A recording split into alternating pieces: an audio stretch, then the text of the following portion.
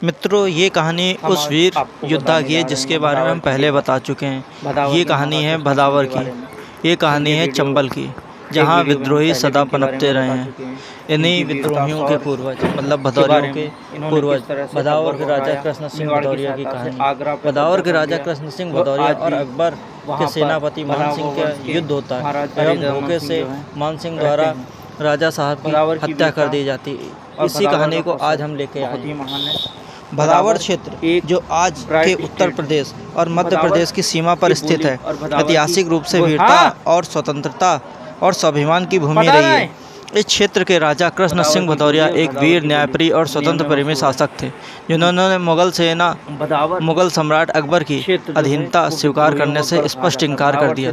उनकी यह सोच स्वतंत्र और आत्म सम्मान मुगलों के लिए एक चेतावनी बन गया। राजा कृष्ण सिंह भदौरिया का संघर्ष अकबर के विश्वस्त सेनापति मान सिंह के साथ हुआ, जो मुगलों के लिए राजपूतों को अधीन करने का एक प्रमुख माध्यम था। अकबर की नीति थी कि भारत के सभी छोटे बड़े राज्यों को अपने साम्राज्य में मिलाकर मुगलिया शासन को अखंड और शक्तिशाली बनाए। वह युद्ध के साथ साथ कूटनीति के माध्यम से भी यह कार्य करता था। वह एक दैत्य था, असुर था, राक्षस था। अधिकांश राजपूत राजाओं ने या तो भय से या लाभ की दृष्टि से अकबर की अधीनता स्वीकार कर ली, परंतु भदावर के राजा कृष्ण सिंह भदौरिया ना तो लालची थे और ना ही डरपोक। उन्होंने स्वतंत्रता से समझौता करने से साफ इनकार कर दिया। यह साहसिक निर्णय से नाराज होकर अकबर ने अपने सबसे योग्य और चालाक सेनापति राजा मान सिंह को भदावर पर आक्रमण करने के लिए पुनः भेजा, ताकि वह या तो कृष्ण सिंह को युद्ध में पराजित करे या संधि के माध्यम से अधीनता के लिए बाध्य कर सके। राजा मान सिंह ने भदावर पहुंचकर सबसे पहले कूटनीति का सहारा लिया। उन्होंने राजा कृष्ण सिंह को प्रस्ताव भेजा कि वे अकबर के अधीन हो जाएं, जिससे युद्ध और रक्तपात से बचा जा सका, परंतु राजा कृष्ण सिंह ने साफ शब्दों में यह प्रस्ताव अस्वीकार कर दिया। उन्होंने उत्तर भेजा, स्वतंत्रता ही हमारा धर्म है। हम अधीनता की बेड़ियों में जकड़े रहना पसंद नहीं करते, चाहे वो सोने की ही क्यों ना हो जाए। इस उत्तर से मान सिंह ने समझ लिया कि संधि की संभावना नहीं है। अतः उन्होंने युद्ध की तैयारी शुरू की। भदावर की सीमा पर मुगल सेना का जमावड़ा बढ़ने लगा। युद्ध प्रारंभ हुआ। दोनों पक्षों ने वीरता का प्रदर्शन किया।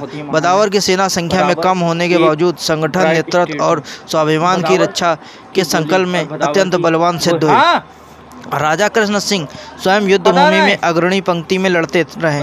उनकी रणनीति, साहस और नेतृत्व से मुगल सेना हतप्रभ रह गई। मुगल सेना ने ये सोचा था कि यहाँ के नीची जाति के लोग जो हैं वो राजा के खिलाफ हो जाएंगे, परंतु यहाँ की जनता भी राजा के प्रति वफादार थी। लगातार कई दिनों तक युद्ध चलता रहा। मुगल सेना को भारी नुकसान उठाना पड़ा। राजा मान सिंह के कई प्रमुख सेनापति मारे गए। भदावर की भूमि पर मुगल सेना को अपमानजनक पराजय का सामना करना पड़ा।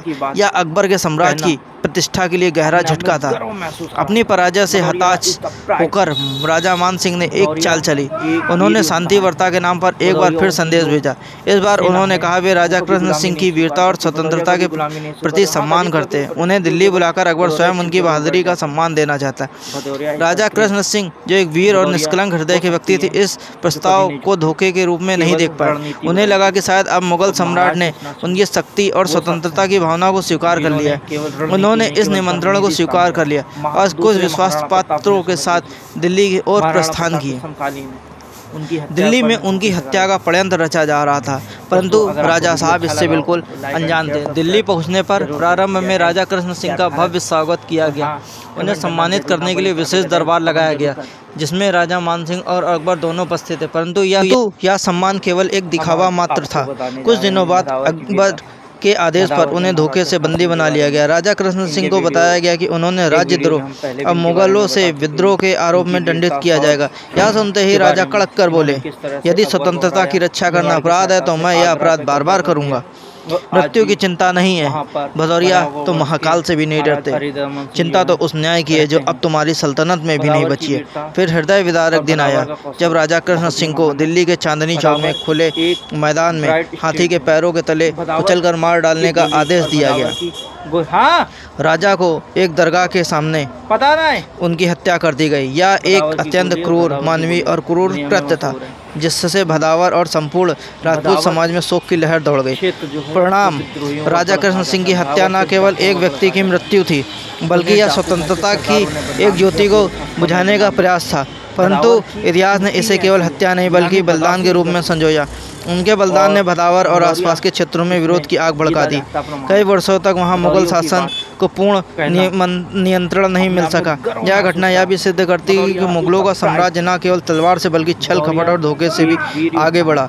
उनका वही हाल था जो आज के समय अमेरिका का है। राजा कृष्ण सिंह भदौरिया का बलिदान भारतीय इतिहास में उन वीरों की श्रेणी में राजा कृष्ण सिंह भदौरिया का बलिदान भारतीय इतिहास के उन वीरों की श्रेणी में आता है जिन्होंने अपने प्राण देकर भी स्वतंत्रता और स्वाभिमान का मान बढ़ाया। राजा कृष्ण सिंह भदौरिया का जीवन बलिदान आज भी प्रेरणा का स्रोत है। उन्होंने दिखाया कि एक राजा वही होता है जो अपने लोगों, अपनी भूमि और अपने सिद्धांतों के लिए जान की बाजी तक लगाते। राजा मानसिंह भले ही युद्ध में पराजित हो गए, पर उन्होंने धोखे से जीतने का जो रास्ता अपनाया उसने उन्हें कभी महान नहीं बनने दिया। कथा हमें सिखाती है कि असली वीरता तलवार से नहीं, आत्मसम्मान की रक्षा से होती है। राजा कृष्ण सिंह भदौरिया जैसे योद्धा युगों तक इतिहास में अमर रहेंगे, भले ही उन्हें इतिहास में वो स्थान ना दिया गया हो जिसके वो हकदार हैं। सिंधिया परिवार, कांग्रेस का गांधी परिवार, बीजेपी ने भदौरिया वंश की हमेशा से जो है वो उस पर ध्यान नहीं दिया।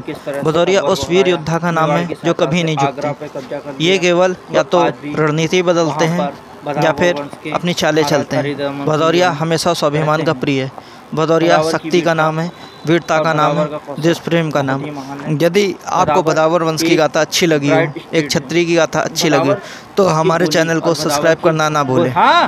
जय भदावर मित्रों।